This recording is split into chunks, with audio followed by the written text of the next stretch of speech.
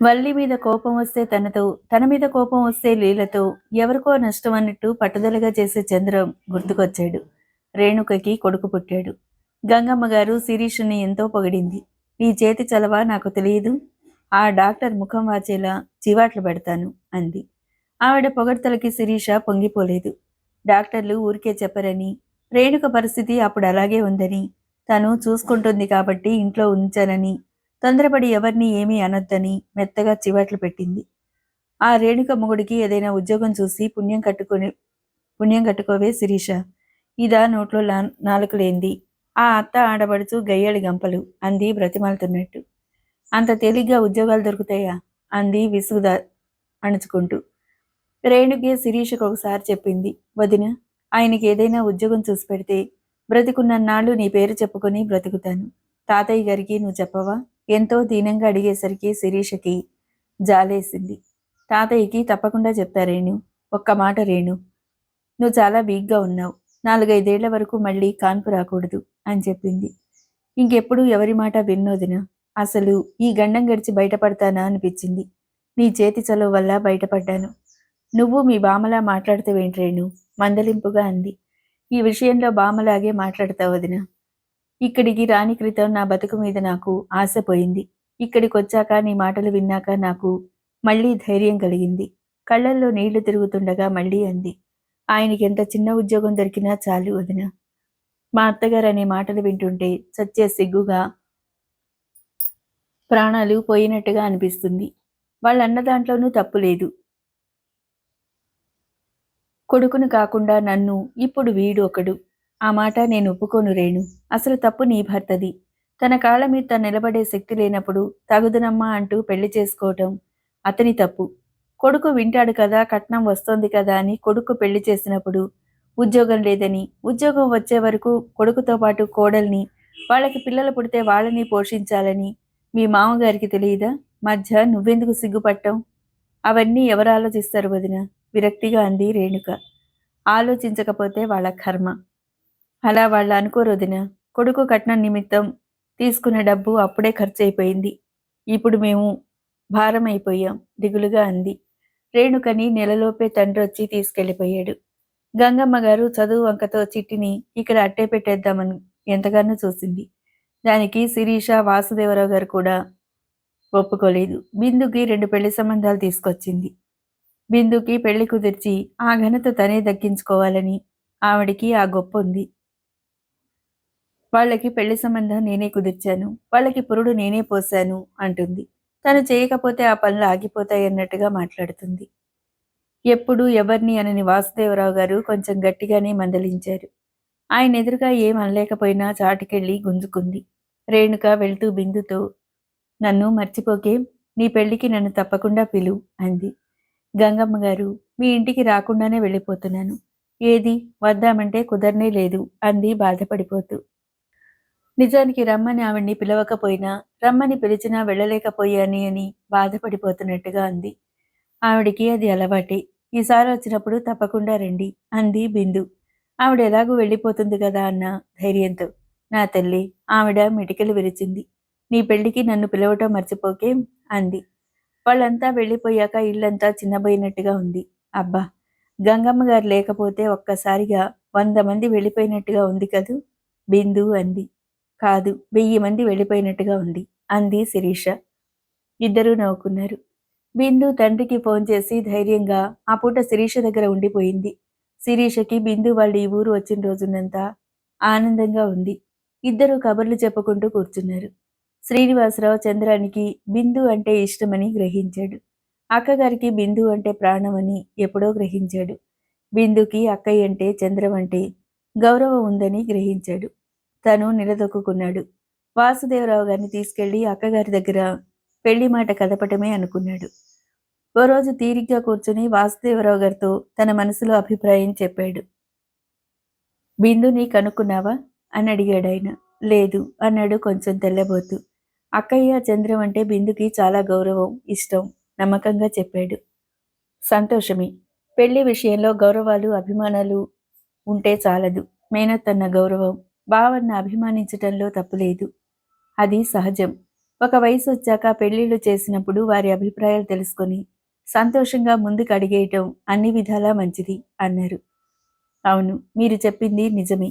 బేబీని ఈరోజే అడుగుతాను అన్నాడు. శ్రీనివాసరావు ఇంటికొచ్చి భోజనం చేశాక బిందుతో కాసేపు బిజినెస్ విషయాలు మాట్లాడాడు. బిందు తండ్రి మాటలు శ్రద్ధగా కుతూహలంగా వింటోంది. ఈసారి నీ బర్త్డే చాలా గ్రాండ్గా చేయాలనుకుంటున్నా బేబీ. నీ పుట్టినరోజు నాడు నీకు గొప్ప ప్రెజెంట్ చేయాలని ఉంది అన్నాడు. గ్రాండ్గా అంటే ఎప్పుడూ చేసుకున్నట్లు సింపుల్గానే చేసుకుంటా డాడీ అంది. నీ ఈ బర్త్డేకి ప్రత్యేకమైన బహుమతి ఇవ్వాలనుకుంటున్నాను. ఏమిటి డాడీ అంది కుతూహలంగా. ఒక మాట అడుగుతాను, నిర్మోహమాటంగా చెప్పి. అత్తయ్య గురించి నీ అభిప్రాయం ఏంటి అని అడిగాడు. నేనంటే ప్రాణం వెంటనే అంది. చంద్రం గురించి నీ అభిప్రాయం చెప్పు. బిందు వెంటనే మాట్లాడలేకపోయింది. ఏమి డాడీ ఈరోజు అత్తయ్య గురించి చంద్రం గురించి అడుగుతున్నారు అంది. బేబీ, ఇక్కడ సెటిల్ అయిపోయాను. తాతగారి సహకారం ఉండటం వల్ల ఇక నీ వివాహం చేస్తే నా బాధ్యత తీరిపోతుంది. చంద్రం బుద్ధిమంతుడు. చంద్రం గురించి నీ అభిప్రాయం ఏంటో సంకోచం లేకుండా చెప్పు అన్నాడు. కూతురు ఏమంటుందోనని ఆయన గుండెలు చిన్నగా దడదడలాడుతున్నాయి. తండ్రి ఇలాంటి ప్రశ్న ఎప్పుడో అప్పుడు అడుగుతాడని బిందుకి తెలుసు. కానీ ఇంత హఠాత్తుగా అడుగుతాడని మాత్రం అనుకోలేదు. అక్కడ టేబుల్ మీదన్న పేపర్ వెయిట్ అటూ ఇటూ తిప్పుతూ కళ్ళు వాల్చుకుని దానికేసి చూస్తుండిపోయింది. తర్వాత నెమ్మదిగా అంది. ఇప్పుడప్పుడే పెళ్లి చేసుకోవాలని లేదు డాడీ. ఏం బేబీ, ఎందుకని? ఆయనకు ఒక్కసారిగా నిరుత్సాహంగా అనిపించింది. ఏం లేదు డాడీ, ఇప్పుడంటే ఇప్పుడే చెయ్యను. ఒక 5-6 నెలలు అయ్యాక చేస్తాను. అసలు చంద్రం గురించి నీ అభిప్రాయం చెప్తే అత్తయ్యకి చెప్తాను. చంద్రాన్ని కాదు అంటే తండ్రి చాలా బాధపడతాడు. ఆ సంగతి తెలుసు. ఇప్పుడప్పుడే పెళ్లి చేసుకున్నప్పుడు ఇప్పటి నుండి తండ్రి మనసు బాధ పెట్టడం ఎందుకు అనుకుంది బిందు. అందుకే ఇలా అంది. బావ గురించి నేనెప్పుడూ ఆ దృష్టితో ఆలోచించలేదు డాడీ. తల్లంటే భయం, దేన్ని ఓర్చుకోలేడు. ఇంతకన్నా చంద్రం గురించి నాకు తెలియదు. అది కాదమ్మా, చంద్రం నీకు నచ్చాడా?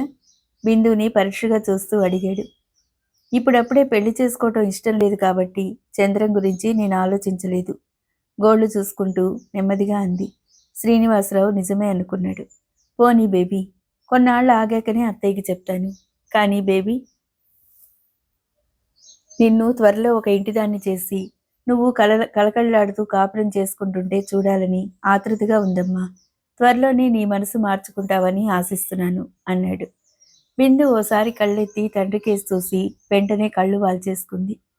తండ్రి తనని ఎప్పుడూ ఏ విధంగా బాధ పెట్టలేదు. తను కూడా ఎప్పుడూ తండ్రి మనసు నొప్పించలేదు, ఎప్పుడూ ఎదిరించలేదు. తండ్రి అలా అనేసరికి బిందుకి చాలా మొహాటంగా అనిపించింది. ఈ విషయం డాడీకి ఎలా చెప్పాలి? చాలా బాధపడతారేమో అని బాధపడింది. ఇంకో 10 నిమిషాలు మామూలు విషయాలు మాట్లాడుకున్నారు. తర్వాత ఎవరి గదుల్లోకి వారు వెళ్ళిపోయారు. బిందు చాలాసేపు అలాగే మంచం మీద కూర్చుండిపోయింది. డాడీ, నన్ను క్షమించండి. ఈ ఒక్క విషయంలో మీ మాట వినలేను అనుకుంది. ఈ మధ్య ప్రతి విషయానికి చంద్రం, వల్లి వాదించుకుంటూ ఉన్నారు. అది వరకు వల్లి ఏమన్నా మనసులో పళ్ళు నూరుకుని ఉడుక్కోవడమే కానీ చంద్రం పైకి ఏమీ అనేవాడు కాదు. దాంతో వల్లికి ఆడిందాట పాడింది పాటగా ఉండేది. ఇప్పుడు చంద్రం తల్లి నాగరాజు ఎదురుగా లేనప్పుడు వల్లితో వాదనకు దిగుతాడు. అసలే వల్లి ఎవరిచేత మాట పడదు. అందులో ఎప్పుడూ తన మాటకు ఎదురు చెప్పని చంద్రంలో హఠాత్తుగా కొన్ని రోజులు తన ఊరు వెళ్ళి వచ్చేవరలోగా ఒక్కసారిగా ఇంత మార్పు రావటంతో భరించలేకుండా ఉంది. ఎప్పుడు చంద్రం మీద ఏం కోపం వచ్చినా చనువుగా సత్యవతీదేవితో చంద్రం మీద ఫిర్యాదు చేయటం అలవాటి. ఆ రోజుల్లో వల్లి చంద్రం మీద ఫిర్యాదు చేస్తే సత్యవతీదేవి ముచ్చటగానే ఉండేది. చంద్రాన్ని 4 చివాట్లు పెట్టి వల్లిని శాంతపరిచేది. ఇప్పుడు ఆ పని చేయక తప్పటం లేదు. కానీ వల్లి అలక తీర్చడంలో అది వరకటి ముచ్చట ఆనందం ఇప్పుడు కలగటం లేదు. చంద్రాన్ని చిరాగ్గా కేకలేస్తుంది. అమ్మ, ఊరుకుంటున్న కొద్దీ వల్లి రెచ్చిపోతుంది. ఎన్నాళ్ళు భరించమంటావు? నువ్వే చెప్పు. ఆఖరికి బిందెదురుగా కూడా అవమానంగా మాట్లాడుతుంది. కోపాన్ని దిగమింగుకుంటూ బాధగా అన్నాడు. వల్లి గురించి నీకు తెలియదా? నాకు తెలుసు. తెలియక అనటం లేదు. కొన్నాళ్ళు నువ్వు ఓపిక పట్టాలి. అంకుల్కి కోపం తెప్పించడం మంచిది కాదు. వల్లికి మనసు ఏమాత్రం బాధపడినా అంకుల్ భరించలేరు అంది. తల్లి దేనికో చాలా మదన పడుతున్నట్టు చంద్రం ఈ మధ్య గ్రహించాడు. అందులో నాకు తెలుసు, తెలియక అనటం లేదు. వల్లి గురించి అలా అనటం చాలా ఆశ్చర్యంగా అనిపించింది. ఆనందం కూడా కలిగింది. వల్లి అంటే అమ్మకి అదివరకటి అభిమానం లేదని, అంకుల్కి బాధ కలిగించటం ఇష్టం లేక వల్లిని ఏమీ అనలేకపోతుందని గ్రహించాడు. అది గ్రహించేసరికి అతనికి చెప్పలేనంత ఆనందం కలిగింది. వల్లిని మెత్తమెత్తగా ఉంటూనే ఏడిపించాలని, తన మీద వల్లి చెప్పినా ఎవరు నమ్మేటట్టు ఉండకూడదని అనుకున్నాడు. తన ఈ ఆలోచనకి తన్ను తానే అభినందించుకున్నాడు. అనుకోవటం ఏమిటి, వెంటనే ఆచరణలో కూడా పెట్టాడు. మళ్ళీ ఎక్కడికైనా ప్రోగ్రాం వేసి రమ్మంటే ఎంతో ఆనందంగా ఒప్పుకొని ఆ టైంకి రాడు. తను ఎక్కడికైనా రమ్మనటమే చాలు. 2 గంటల ముందు వినయంగా వచ్చే చంద్రం ఇలా చేసేసరికి వల్లి ఇంట్లో బాధపడేది. చంద్రం తర్వాత వచ్చి ముఖం ఎంతో బాధగా పెట్టి తను రాలేకపోవటానికి ఏదో చాలా బలమైన కారణం సృష్టించి చెప్పేవాడు. అందరూ నమ్మేవారు. వల్లి 4 దులిపి శాంతించేది. ఇంకోసారి వేసిన ప్రోగ్రాంకి గంట ముందే వచ్చి థియేటర్ వరకు తీసుకెళ్ళి వల్లిని అక్కడ వదిలి, ఇదిగో ఒక్క క్షణంలో వస్తాను, అతను నా ఫ్రెండు, ఇలా కలిసి అలా వచ్చేస్తాను అని వెళ్ళినవాడు ప్రోగ్రాం అయ్యాక వల్లిని తీసుకెళ్లటానికి వచ్చేవాడు. ఇలా 5-6 సార్లు జరిగేసరికి వల్లి గ్రహించేసి అగ్గి మీద గుగ్గిలమైంది. సత్యవతీదేవి పని చాలా ఇరకాటమైపోయింది. చంద్రాన్ని తిడితే ఏమిటమ్మా నువ్వు నమ్మవు అని బాధగా ముఖం పెట్టేవాడు. నాగరాజుకి ఏదో అనుమానం లీలగా మెదిరింది. ఓ రోజు భార్యను తీసుకొచ్చి నెమ్మదిగా మొదలుపెట్టాడు. ఇంకా వాళ్ళు చిన్నపిల్లలు గారు. ఒక బాధ్యత నెత్తి మీద పడితే గాని ఈ చిలిపి తగవులు మానరు. మనం మొదటి నుండి అనుకుందేగా. త్వరలో మంచి ముహూర్తం పెట్టించేస్తే మంచిదనుకుంటున్నాం. మీరేమంటారు? సత్యవతీదేవిని పరీక్షగా చూస్తూ అన్నాడు. అవును వదిన గారు, పిల్లలు పెద్దవాళ్ళయ్యారు. నాకు ఈ ఆపరేషన్ అయినప్పటి నుండి అది వరకుటి ఓపిక పోయింది. ఈ మాత్రం ఓపిక ఉన్నప్పుడే వల్లి పెళ్లి చేసేయాలనిపిస్తుంది అంది నాగరాజు భార్య భారతి. నాగరాజు తెలివితేటలు ఆవిడికి తెలియనివి కావు. ఇలాంటి ఇరకాట పరిస్థితి వస్తుందని ఆవిడ కల్లో కూడా ఊహించలేదు. తన తమ్ముడు మళ్ళీ ఇన్ని సంవత్సరాలకి ఇండియా వస్తాడని కల్లో కూడా ఊహించలేదు. అందులో రావటంలో పెద్ద హోదాతో బోళ్ళంత డబ్బుతో వచ్చాడు. వచ్చిన కొన్నాళ్లకే మంచి పేరు ప్రతిష్టలు సంపాదించుకున్నాడు. తమ్ముడు స్థితిగతులు ఏమాత్రం తెలిసినా నాగరాజుతో కలిపేది కాదు. వల్లి విషయంలో మాట ఇచ్చేది కాదు. ఇప్పుడు తను పాత విషయాలు మర్చిపోయి ఎంత అభిమానంగా ఉన్నా బిందు గురించి మాట వరుస కూడా కదపకపోవటానికి ఆవిడకి కారణం తెలియటం లేదు. అయినా ఆవిడ తనలోని సంఘర్షణ బయటికి కనపడనీయటంకుండా అంది. మొదటి నుండి అనుకుంది నేను మాత్రం ఎందుకు కాదంటాను. కానీ మా తమ్ముడు బిందు గురించి 2-3 సార్లు కదిపాడు. నేనేమీ చెప్పలేదు. వాడికి నెమ్మదిగా నచ్చచెప్పి త్వరలోనే ముహూర్తాలు పెట్టుకుందాం. భారతి చాలా సంతోషించింది. అవును మరి, కావలసిన వాళ్ళతో తగవులు పెట్టుకుంటే ఏం బాగుంటుంది. మీరన్నట్టే చేద్దాం అంది. భారతి చాలా అమాయకురాలు. ఆవిడికి కల్లాకపటం తెలీదు. సత్యవతీదేవి మాటలతో ఇంతవరకు లీలగా కలిగిన అనుమానాలు తీరిపోయింది నాగరాజుకి. వాళ్ళు చంద్రం వచ్చే వరకు కూర్చుని వెళ్ళిపోయారు. ఏమిటమ్మా, ఆంటీ కూడా వచ్చారు? వాళ్ళు వెళ్ళిపోయాక అడిగాడు తల్లిని. భారతి ఎప్పుడో గానీ రాదు. ఇక్కడికే కాదు, సాధారణంగా ఎవరి ఇళ్లకు వెళ్ళదు. ఇంట్లోనే రామాయణం, భారతం, పురాణ గ్రంథాలు చదువుకుంటూ కూర్చుంటుంది. మీ ఇద్దరి తగవలు తీర్చలేక తీర్పు నిర్ణయించడానికి వచ్చారు విసుగ్గా అంది. ఏమిటమ్మా, చంద్రం తెల్లబోతూ అడిగాడు. అవును, మీ దెబ్బలాటలకి సరైన తీర్పు మీ ఇద్దరినీ త్వరలో ఒక ఇంటివారిని చేయటమే అన్నారు. నువ్వేమన్నావు? ఆతృతగా అడిగాడు. అది వరకు అనుకుందేగా, ఏమంటాను అమ్మా, అతను బాధగా అన్నాడు. ఎప్పుడో అంటే అసలు వల్లి నీకు నచ్చిందా? అసలు నీ మాట ఎప్పుడైనా విందా? అసలు బిందు కన్నా ఎక్కువగా వల్లిని అభిమానించి గౌరవించావు. బిందు నీకిచ్చినంత గౌరవంలో 100వ వంతు ఇవ్వలేదంటాను. తన మనసులో మాట చెప్పలేక ఉడుకున్నట్టుగా అన్నాడు. ఆవిడ బాధగా నిట్టూర్చింది. తర్వాత అడిగింది. బిందు నీకు ఇష్టమేనా? నీకెంత ఇష్టమో నాకు అంతే ఇష్టం వెంటనే అన్నాడు. నువ్వు కొంచెం ఓపిక పడితే ఇంత తొందరగా ఈ సందర్భం వచ్చేది కాదు. నాగరాజుకి ఏమాత్రం అనుమానం కలిగినా ఊరుకోడు. అతన్ని ఎదిరించటం మనకే మంచిది కాదు. చంద్రం, జరిగిందేదో జరిగిపోయింది.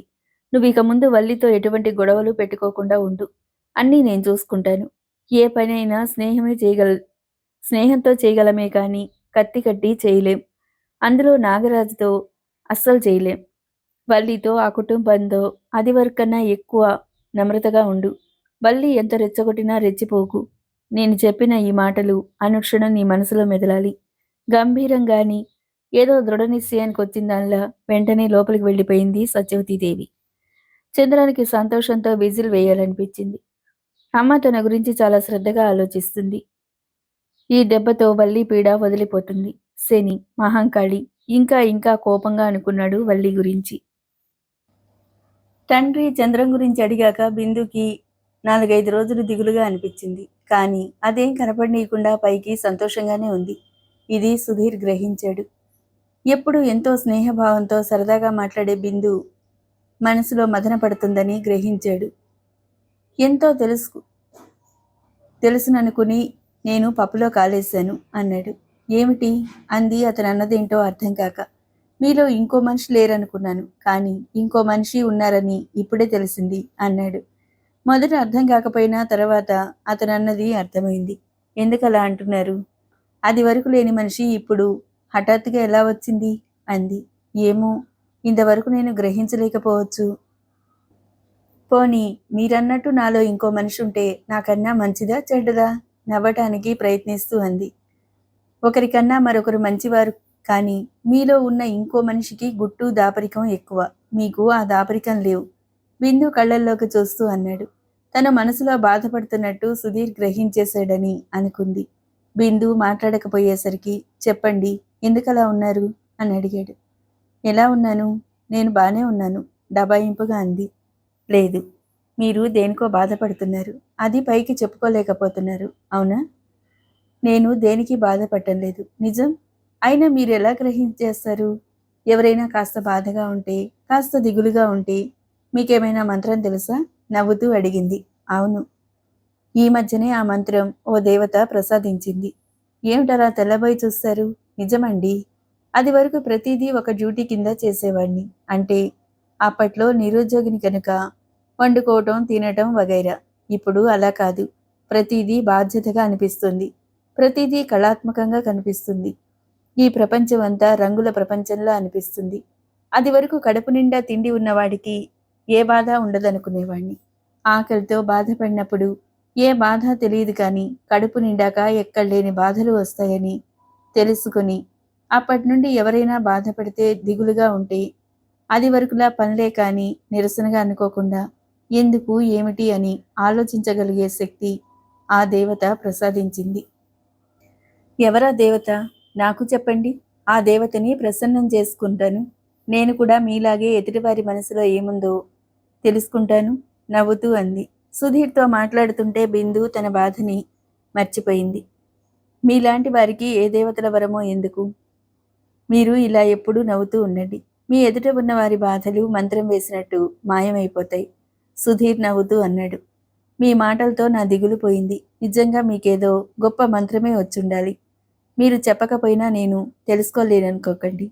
ఎలాగైనా తెలుసుకుంటాను. సుధీర్ నవ్వాడు.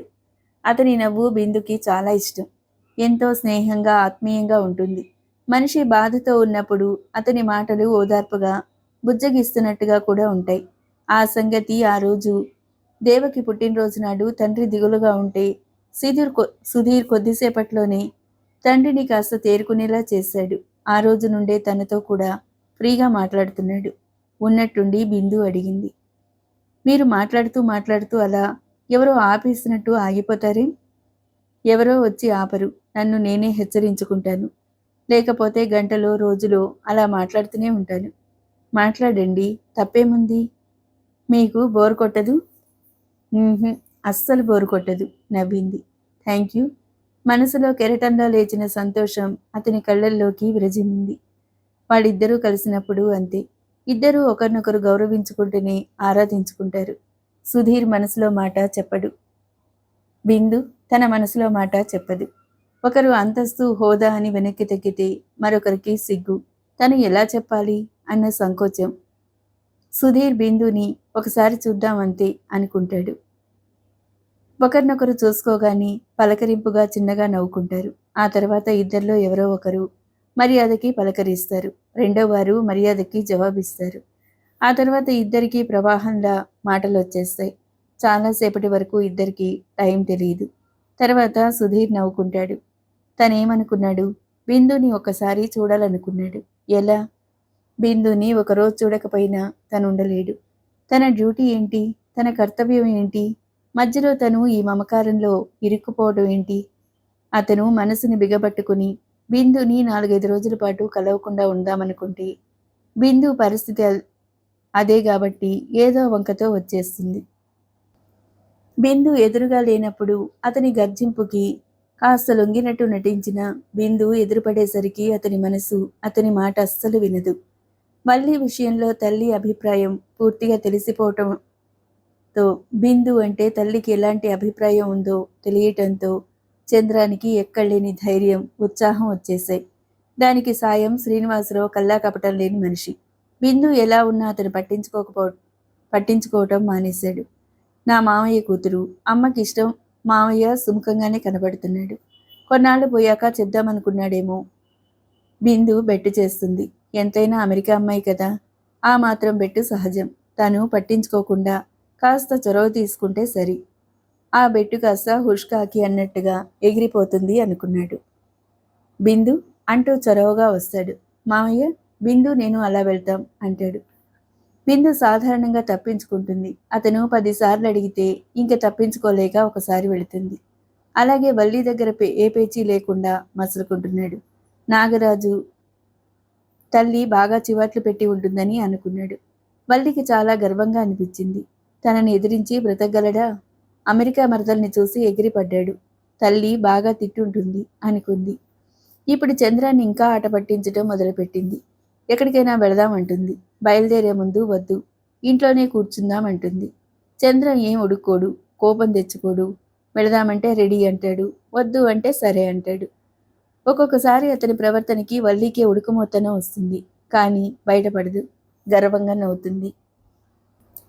చంద్రం అది వరకన్నా చాలా చనువుగా హుషారుగా ఉండటంతో శ్రీనివాసరావుకి చాలా సంతోషం కలిగింది. బిందు అంటూ చంద్రం సరదాగా మాట్లాడడం, ఇద్దరూ కలిసి బయటికి వెళ్ళటంతో బిందుకి చంద్రం అంటే ఇష్టమే. పోనీ బిందు కోరినట్టుగా 1 సంవత్సరం ఆగి చేయవచ్చు. ఇంతలో తొందరేముంది అనుకున్నాడు. బిందుని సత్యవతీదేవి అభిమానిస్తే, ఆప్యాయంగా దగ్గరికి తీస్తే నాగరాజుకి ఎన్నో అనుమానాలొచ్చినా, వల్లి హఠం చేస్తే సత్యవతీదేవి లాలించినా బుజ్జగించినా శ్రీనివాసరావుకి ఎటువంటి అనుమానాలు రావు. పైగా సంతోషిస్తాడు. చిన్నప్పుడు ఆఖరికి కన్నకొడుకు ఏడిస్తే కూడా చిరాకు పడిపోయి కసురుకునే అక్కయ్యలో ప్రేమ, అభిమానం కలగటమే కాకుండా వల్లి అడిగితే ఎందుకో ఏమిటి తెలుసుకుని తొందరగా శాంతింపజేయటం ఆశ్చర్యపరిచి ఆనందం కలిగించేది. శ్రీనివాసరావు బిందు పుట్టినరోజుకి పెళ్ళంత హడావుడీ చేశాడు. పెద్ద షామియానా వేయించాడు. ఓ పెద్ద హోటల్కి ఆర్డర్ ఇచ్చి ఫలహారాలు తెప్పించాడు. కూల్ డ్రింక్స్ తెప్పించాడు. కంపెనీ డైరెక్టర్లని, బిజినెస్కి సంబంధించిన వాళ్ళందరినీ కాకుండా ఇక్కడికి వచ్చాక పరిచయమైన స్నేహితులందరినీ పిలిచాడు. నాగరాజు కుటుంబాన్ని కూడా స్వయంగా వెళ్ళి ఆహ్వానించాడు. నాగరాజు నిజంగా చాలా పొంగిపోయాడు. కూతురికి ముత్యాల సెట్టు కొన్నాడు. సత్యవతీదేవి బిందుకి మంచి లాకెట్టు, పట్టుచీర కొంది. శిరీష బిందుకి ఉంగరం, మంచి ఖరీదైన చీర తీసుకుంది. అక్క, నువ్వు ఇలా వచ్చి హాస్పిటల్ రోగులని వెళ్ళిపోయావంటే నీతో ఎప్పటికీ మాట్లాడను. 4 రోజుల క్రితమే బెదిరించినట్టుగా అంది. లేస్తూనే వచ్చి నువ్వు వెళ్ళు అనే వరకు ఉంటా తల్లి అంది శిరీష. అది అక్క అంటే అలా ఉండాలి అంది. శ్రీనివాసరావు అక్కగారికి చంద్రానికి రేపనగానే రావాలని చెప్పాడు. ఆ రోజు ఆ కాలనీలో ఒకళ్ళింట్లో పెళ్లి ఉండటంతో మర్నాడు ఉదయం తొందరగా వస్తామని చెప్పింది సత్యవతీదేవి. బిందు ఉదయం 7 గంటల్లోపే తలకి పోసుకుని తండ్రి కొన్న ధర్మవరం పట్టుచీర కట్టుకుని ముత్యాల సెట్టు పెట్టుకుంది. ఎప్పట్లా దేవుని గదిలో దీపం వెలిగించి తర్వాత తండ్రి కళ్ళకి నమస్కరించి తల్లి ఫోటో దగ్గర కళ్ళు మూసుకుని మౌనంగా నిలబడింది. శ్రీనివాసరావు పూజ చేసుకోవటానికి పూజ గదిలోకి వెళ్ళాడు. బిందు హాల్లోకి వచ్చి నలుమూలలా పరికించి చూసింది. అంతా తృప్తికరంగా ఉంది. ఫ్లవర్ వ్యాజ్లో పూల గుత్తి కొంచెం వాలినట్టుగా ఉంది. వాటిని సరిగా సర్దుతుంది. May I come in? ఫ్లవర్ వాజ్లో పూలు సర్దుతున్న బిందు చివ్వున ఇటు తిరిగింది. తెల్లని బట్టల్లో, నిర్మలమైన స్నేహపూరితమైన చిరునవ్వుతో, చేతిలో పుష్పగుచ్ఛంతో నిలబడున్నాడు సుధీర్. బిందు హృదయంలో ఆనందం కెరటంలా లేచింది. బుగ్గల్లోకి వెచ్చటి ఆవిరి చోటు చేసుకుంది. ఓ, రండి రండి, గబగబా సంతోషంగా ఆహ్వానించింది ఎదురొస్తూ. బిందు 4 అడుగులు వేసేసరికి సుధీర్ గబగబా బిందు దగ్గరికి వచ్చాడు. తను తీసుకొచ్చిన తెల్ల గులాబీ గుత్తిని బిందుకు అందిస్తూ wish you happy returns of the day చిరునవ్వుతో అభినందించాడు. థ్యాంక్ యూ, సంతోషంతో ఉక్కిరిబిక్కిరవుతూ అంది. అందరికన్నా ముందే అతనే వచ్చి పుట్టినరోజు శుభాకాంక్షలు తెలపటం చాలా సంతోషంగా అనిపించింది. అందరి దగ్గర బహుమతులు తీసుకుని అలసిపోయి ఉండే టైంకి వచ్చి ఈ చిన్న కానుక ఇవ్వటం కోసం మిమ్మల్ని డిస్టర్బ్ చేయటం ఇష్టం లేదు. అందుకే ఈ తెల్ల గులాబీలు మీకు మంచి మనసుతో కానుగ్గా ఇవ్వాలని వచ్చాను అన్నాడు. చాలా సంతోషం, నాకు చాలా ఆనందంగా ఉంది. మల్లెపువ్వు లాంటి మీ మంచి మనసుకు చిహ్నంగా ఈ తెల్ల గులాబీలు తేవడం నాకెంతో సంతోషంగా ఉందో మాటల్లో చెప్పలేను. మొదటగా మీరిచ్చిన సువాసనలు వెదజల్లే ఈ గులాబీల్లా జీవించాలనుంది. జీవితాంతం ఈ అపురూపమైన కానుకని పదిలంగా నా గుండెల్లో దాచుకోవాలనుంది. మీకేమైనా అభ్యంతరమా? అంతవరకు పుష్పగుచ్చం కేసి అపురూపంగా చూస్తూ మందస్వరాన్ని అంటున్న బిందు చివరి మాట అంటూ సుధీర్ కళ్ళల్లోకి చూసింది. బిందు కలవరపాటుగా అన్నాడు. అలాగే పిలవండి. ఈరోజు నేను కోరుకున్న కోరిక మీరు కాదనరని నా విశ్వాసం. అతని మనసు తనకి తెలిసిపోయింది. అతను భయపడి, తను మొహాటపడి దూరంగా ఉంటే ఈ దూరం పెరిగిపోతుందని భయపడింది. కానీ ఈరోజు, ఈ పూట, ఈ సందర్భంలో చెప్పగలనని, అంత చొరవగా చెప్పగలనని బిందు అనుకోలేదు. సుధీర్ మనసు వర్ణనాతీతం. తనంటే బిందుకి అంత ఇష్టమా? బిందు ఎంత లోతైన మనిషి! బిందు తన ఆరాధ్య దేవత. ఆ దేవతని దూరంగా ఉండే ఆరాధించాలి అంతే. మీకు కోపం రాలేదుగా? సుధీర్ తత్తరపాటెందుకో గ్రహించిన అతను ఏమీ మాట్లాడకపోవటంతో అంది. మీ మీద కోపమా? కల్లో కూడా నాకు మీ మీద కోపం రాదు. కానీ మీరు చాలా తొందరపడుతున్నారనే నా అభిప్రాయం. మీతో తర్వాత తీరిగ్గా మాట్లాడతాను. నన్ను అపార్థం చేసుకోకండి మృదు గంభీరంగా అన్నాడు. నేనసలు తొందరపడలేదు. చాలా నిదానించే మాట్లాడాను. మిమ్మల్ని నేను ఇప్పుడే కాదు, ఎప్పుడూ అపార్థం చేసుకోను. మీరు ఎలాంటి కానుక ఇచ్చినా సంతోషంగా జవాబు ఇచ్చినా సంతోషంగా స్వీకరిస్తాను. పుష్పగుచ్చాన్ని చెంపకి తాకించుకుంటూ అరమోట్పు కళ్ళతో అంది. సుధీర్ ఒక్క ఉదుటన లేచి వెళ్ళి బిందుని 2 చేతుల మధ్యకి తీసుకుని, నువ్వు లేందే నేను ఎలా జీవించగలననుకున్నావు? కళ్ళు తెరిచినా మూసినా నీ రూపమే నా కళ్ళ ముందు మెదులుతుంది తెలుసా? ఒక దేవతన్నాని, ఆ దేవతవి నువ్వే బిందు అని చెప్పేయాలనిపించింది. అతి కష్టం మీద, అతి ప్రయత్నం మీద నిగ్రహించుకున్నాడు. బిందు అతన్ని చూసి చిన్నగా నవ్వింది. కూర్చోండి. చూసారా, మిమ్మల్ని ఇంతసేపు నిలబెట్టే మాట్లాడుతున్నాను అంది. మీరు కూర్చోండి. ముందు మీరు కూర్చోవాలి. ఈరోజే పుట్టారుగా సంభాషణ మారుస్తూ అన్నాడు. ఈరోజే పుట్టిన వారిని మన్నిస్తే ఆయుక్షీణం. బిందు అలా అనకండి. నేను మన్నించి తీరాలి. మీకు తెలియదు. అతని బాధ బిందుకి తెలియదు. నాకన్నీ తెలుసు. మీకే ఏం తెలియదు. అన్నీ తెలుసా? అతని కనుబొమలు ప్రశ్నార్థకంగా వంగాయి. మీ భయం, సంకోచం నాకు తెలుసు. మీరెలాంటి సంకోచాలు, భయాలు పెట్టుకోవద్దని కోరుకుంటున్నాను. మీరు కూర్చోండి, ఇప్పుడే వస్తాను అనేసి లోపలికి వెళ్ళిపోయింది. తిరిగి 2 నిమిషాల్లో స్వీట్లున్న ప్లేట్తో అక్కడికొచ్చింది. తీసుకోండి అతని చేతికి అందిస్తూ అంది. సుధీర్ ప్లేట్ తీసుకున్నాడు. ఆ ప్లేట్లో 4 రకాల స్వీట్లున్నాయి. ఒక్కో రకం స్వీటు ఒక్కొక్కటి ఉన్నా కోవా బిళ్ళలు మాత్రం 2 ఉన్నాయి. సుధీర్ కోవా బిళ్ళ మునివేళ్లతో పట్టుకుని తీశాడు. అది బిందు నోటికి అందివ్వాలని చాలా బలంగా అనిపించింది. అతని అభిప్రాయం, సంకోచం బిందు గ్రహించింది. బిందు గుండెలు సుధీర్ గుండెల కన్నా వేగంగా కొట్టుకోసాగాయి. జరగబోయేది మహా అద్భుతం అన్నట్టు ఊపిరి బిగబట్టి నిలబడింది. బిందు! ఆ పిలుపు బిందు చెవిలో అమృతం పోసినట్టుగా అనిపించింది. ఆనందంతో పెదాలు చిన్నగా అదురుతుండగా నెమ్మదిగా తలెత్తింది. అతని కళ్ళల్లో భావాలు ఏ గొప్ప కవో వర్ణించి రాయగలగాలి. తన ఆలోచనకి అందవనుకుంది. అతని కళ్ళల్లో తనంటే ఎంత ప్రేమో ఆరాధను చూసిన బిందు అప్రయత్నంగా ఒక అడుగు ముందుకు వేసింది. బిందు కళ్ళల్లోకే చూస్తున్న సుధీర్ యాంత్రికంగానే చేతిలోని కోవాని బిందు నోటికి అందించాడు. పూజ గదిలోంచి దేవునికి కర్పూర హారతి ఇచ్చిన చిహ్నంగా గంట గణగణ మోగింది. Thank you, thanks a lot Sudheer. Bindu గొంతులో కొత్త రాగాలు పలికాయి. పూజ గదిలోంచి శ్రీనివాసరావు వచ్చాడు. సుధీర్ లేచి నిలబడుతూ గుడ్ మార్నింగ్ సార్ అన్నాడు. వెరీ గుడ్ మార్నింగ్, కూర్చో కూర్చో అన్నాడు తను కూడా కూర్చుంటూ. బిందు కాసేపు అక్కడ నిలబడినట్టు నిలబడి తన గదిలోకి వెళ్ళిపోయింది. బిందుకి ఆ గదంతా తిరిగి నాట్యం చేయాలనిపిస్తుంది. కిటికీలోంచి వీస్తున్న గాలి చెవులకి ఇంపైన సంగీతంలా వినిపిస్తుంది. ప్రతి దృశ్యం కంటికి మనోహరంగా, ప్రతి చిరు శబ్దం చెవులకి ఇంపుగా వినిపిస్తున్నాయి. మనసు గాలిలో తేలిపోతున్నట్టుగా ఉంది. హాల్లోంచి తండ్రితో మాట్లాడుతున్న సుధీర్ గొంతు మృదు గంభీరంగా, చెవులకి మధురంగా, మళ్ళీ మళ్ళీ వినాలనిపించేట్టుగా ఉంది. అతని మాటలు వింటూ అతనిచ్చిన పూలగుత్తి చెంపకి తాకించుకొని తన్మయంగా కళ్ళు మూసుకుంది బిందు. ఉదయం 9 గంటలకల్లా సత్యవతీదేవి, చంద్రం, వాసుదేవరావు గారు, శిరీష, లీల వచ్చారు. సత్యవతీదేవి తను తీసుకొచ్చిన లాకెట్టు బిందు మెడలో వేసి చీర చేతిలో పెట్టి కట్టుకురమ్మంది. బిందు అలాగే చేసింది. బిందు నుదురు చుంబిస్తూ లక్ష్మీదేవిలా ఉన్నావు అంది. శిరీష తను తెచ్చిన ప్రజెంటేషన్ కూడా ఇచ్చింది. బఫే డిన్నర్ సాయంత్రం కనుక పనివాళ్ళు చకచకా వాళ్ళ పని వాళ్ళు చేసుకుంటుంటే వీళ్ళు ఇంట్లో సరదాగా కబుర్లు చెప్పుకుంటూ కూర్చున్నారు. అందరూ మాట్లాడుతున్న చంద్రం మాత్రం నిస్సంకోచంగా బిందుని చూస్తూ మౌనంగా కూర్చున్నాడు. బిందు ఒకసారి కళ్ళెత్తి తన కేసి చూస్తుందేమో, బిందు పట్ల తన ఆరాధనా భావాన్ని వ్యక్తం చేసి ఈరోజు బిందు చేత అవుననిపించాలని చూస్తున్నాడు. ఏయ్ బిందు, మీ బావ నీకేసి ఎలా చూస్తున్నాడో చూడు.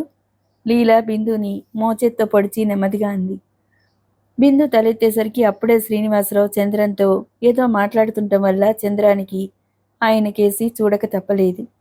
బిందు లీలకేసి తిరిగి నెమ్మదిగా కసరుకున్నట్టుగా అంది.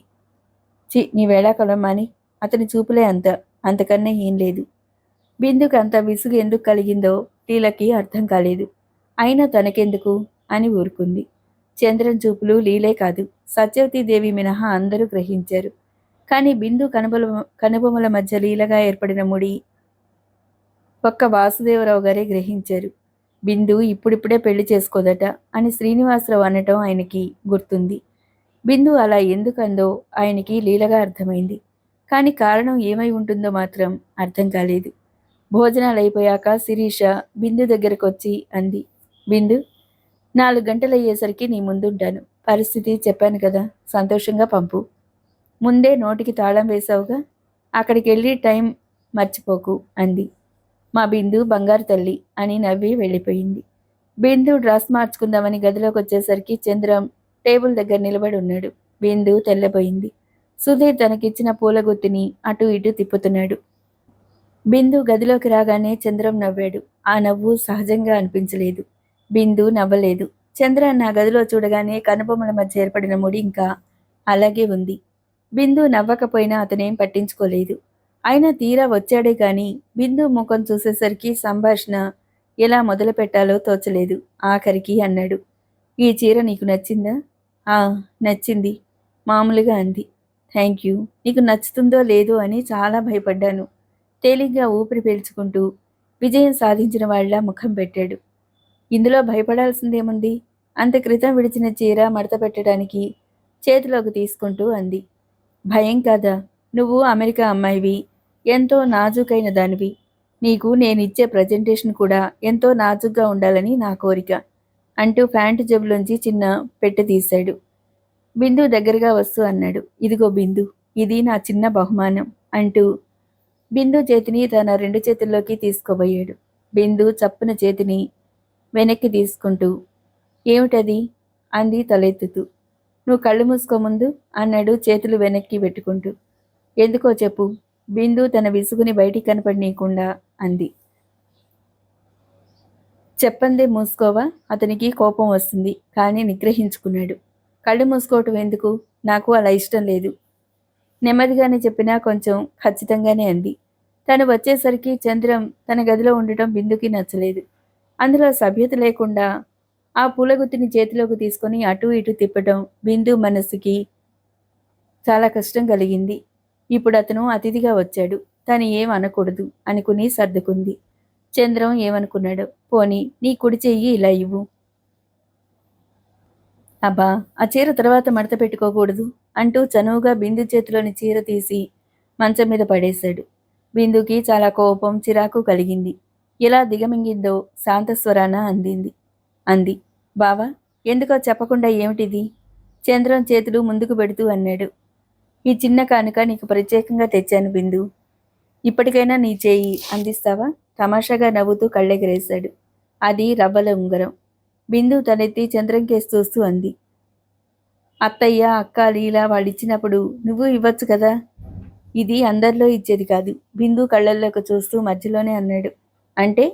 బిందు వెనక్కి తగ్గింది. బిందు, అలా భయపడతావెందుకు? నువ్వంటే నాకెంతో ఇష్టం. ఆ మాట చెప్పాలంటే నువ్వు నాకు ఆ అవకాశమే ఇవ్వటం లేదు. ఈ సమయంలో నా మనసులో మాట చెప్పాలని ఇక్కడికి వచ్చాను. I love you. I love you Bindu. గబగబా పాఠం అప్పచెప్పినట్టు చెప్పేశాడు. ఆ చెప్పే తీరుకి బిందుకి నవ్వొచ్చింది. ఇంత క్రితం చంద్రం మీద కలిగిన కోపం కరిగిపోయింది. చిన్నపిల్లాడు పాఠం అప్పచెప్పినట్టు అలా చెప్పటం నవ్వు తెప్పించింది. బిందు చిరునవ్వుతో అంది. ఇప్పటి నుండి నాకు అలాంటి అభిప్రాయాలు లేవు బావా. నేనంటే డాడీకి ఎంత ఇష్టమో అత్తయ్యకి అంత ఇష్టం అని తెలుసు. అది నా అదృష్టం. ఇప్పుడు నీకు కూడా నేనంటే ఇష్టం అంటున్నావు. చాలా సంతోషం. డాడీ అంటే ఉన్నంత గౌరవం అత్తయ్య అంటే కూడా ఉంది. అలాగే అక్కయ్య అంటే నాకు ఎంత ఇష్టమో నువ్వన్నా నాకు అంత ఇష్టం. బిందు అతని కళ్ళల్లో ఎర్రజీర తొంగి చూసింది. ఆ ఇష్టాలు ఈ ఇష్టం ఒక్కటేనా? నేను చెప్పిందంత అర్థం చేసుకోలేనంత చిన్నపిల్లవా? నువ్వు ఆలోచించుకుంటానంటే నాకు అభ్యంతరం లేదు. ఆలోచించుకునే చెప్పు. రోషన్తో పెదాలు అదురుతుండగా అన్నాడు. ఇంతవరకు ధైర్యం చేసి అడగడానికే తను భయపడ్డాడు. తీరా ధైర్యం చేస్తే బిందు డొంక తిరుగుడుగా జవాబు చెప్తుంది అని ఉడుక్కున్నాడు. ఇందులో ఆలోచించుకోవాల్సిందేముంది? మంచం మీద చంద్రం పడేసిన చీర మళ్ళీ చేతిలోకి తీసుకుంటూ నెమ్మదిగా అంది. అంటే ఎప్పటి సంగతో ఇప్పటి నుంచి ఎందుకు? ఇంకా 2-3 ఏళ్ల వరకు నేను బిందుగానే ఉండదలుచుకున్నాను. నీ కోపం తెప్పిస్తే క్షమించు నిదానంగా అంది. అతను తెల్లబోయాడు. తను బతిమాలినట్టు మాట్లాడితే కరగలేదు. విసుగ్గా మాట్లాడితే కోపం తెచ్చుకోలేదు. ఏమిటి బిందు ఉద్దేశం? బిందు, నీ కోపం తెప్పిస్తే క్షమించు అనేసరికి ఇంకేం అనలేకపోయాడు. అదేమిటి బిందు, ఇందులో క్షమించడానికి నువ్వేమన్నావని? నీ అభిప్రాయం చెప్పావు. కానీ నీకు తీరికున్నప్పుడు నేను చెప్పింది ఆలోచించు. ఇదిగో, ఇది నా కానుక. తీసుకో బిందు అంటూ ఉంగరం ఉన్న అట్టపెట్టె బిందుకిచ్చాడు. ఇక బాగుండదని బిందు తీసుకుని ఉండు, డాడీకి అత్తయ్యకి చూపిస్తాను అనేసి బయటికి వచ్చేసింది. చంద్రానికి తన ప్లాన్ తలకిందులైనందుకు చాలా బాధగా ఉంది.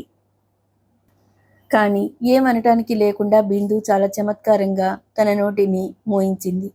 అతను హాల్లోకి రాకుండా తిన్నగా లైబ్రరీ రూంలోకి దూరిపోయాడు. తరువాయి భాగం మరో వీడియోలో. Thank you.